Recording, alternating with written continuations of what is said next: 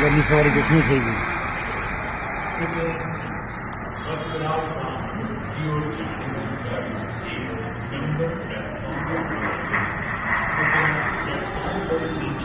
Flight में तो अब मैं अपनी पूरी लाइफ नहीं बैठूंगी।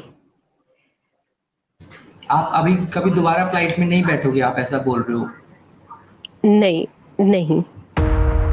इन तस्वीरों को अपने कैमरे में कैद किए और मेरी ज़िंदगी की सबसे मुश्किल स्टोरीज में से एक स्टोरी को रिपोर्ट किए अब लगभग 1 साल बीत चुका है। इन तस्वीरों में जो दर्द और आंसू आपको नजर आए उन्हें मैंने बेहद करीब से देखा। ये तस्वीरें एयर इंडिया की फ़्लाइट AI-171 के क्रैश के बाद की हैं।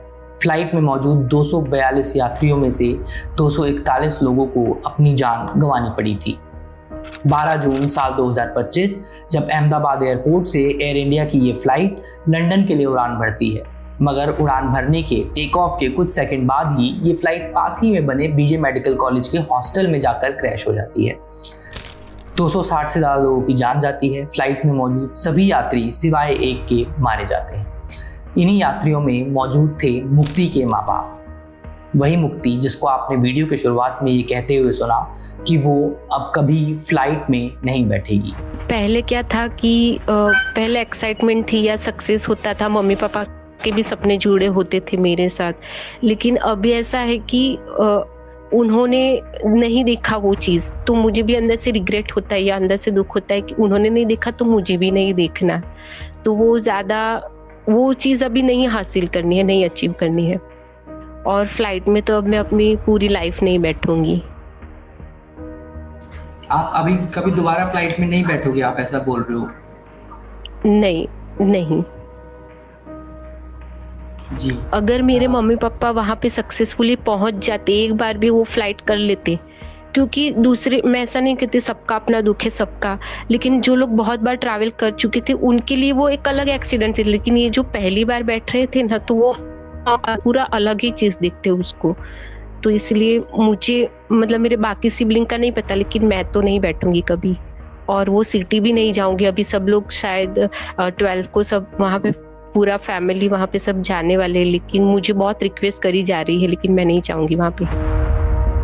मुक्ति के माँ बाप की जिंदगी की ये पहली फ्लाइट थी, अनफॉर्चुनेटली आखिरी भी। मुक्ति के माता पिता अपनी बड़ी बेटी से मिलने लंदन जा रहे थे जब इस फ्लाइट के हादसे में उनकी मौत हो गई।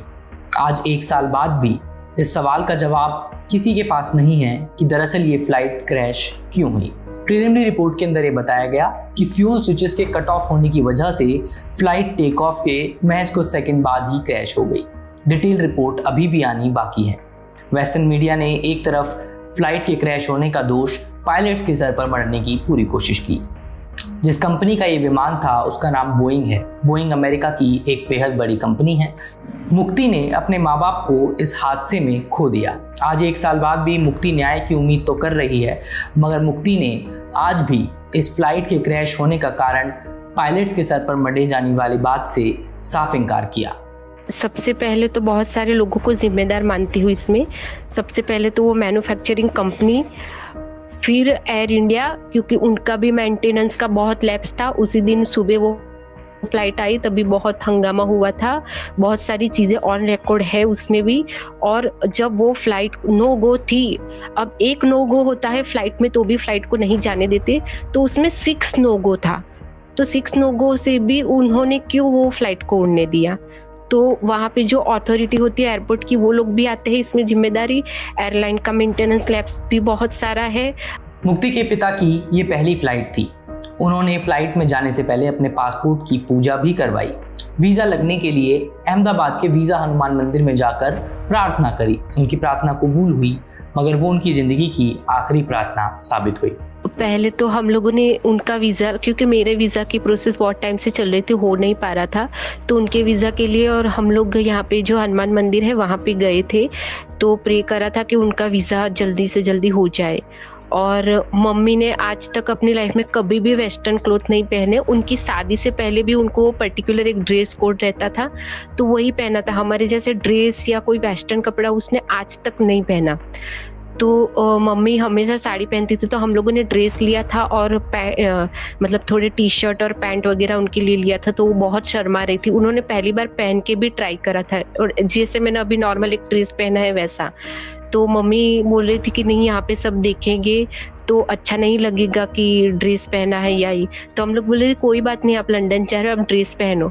तो मुझे 2-3 दिन से बोल रही थी कि नहीं नहीं, मुझे साड़ी ही पहननी है, तुम लोग जिद मत करो कुछ करम, और साड़ी ही रखवा दे। और मम्मी ने वो जो साड़ी उस दिन पहनी थी ना, वो स्पेशली उसने एयरपोर्ट पहन, मतलब वो ही बोल रही थी।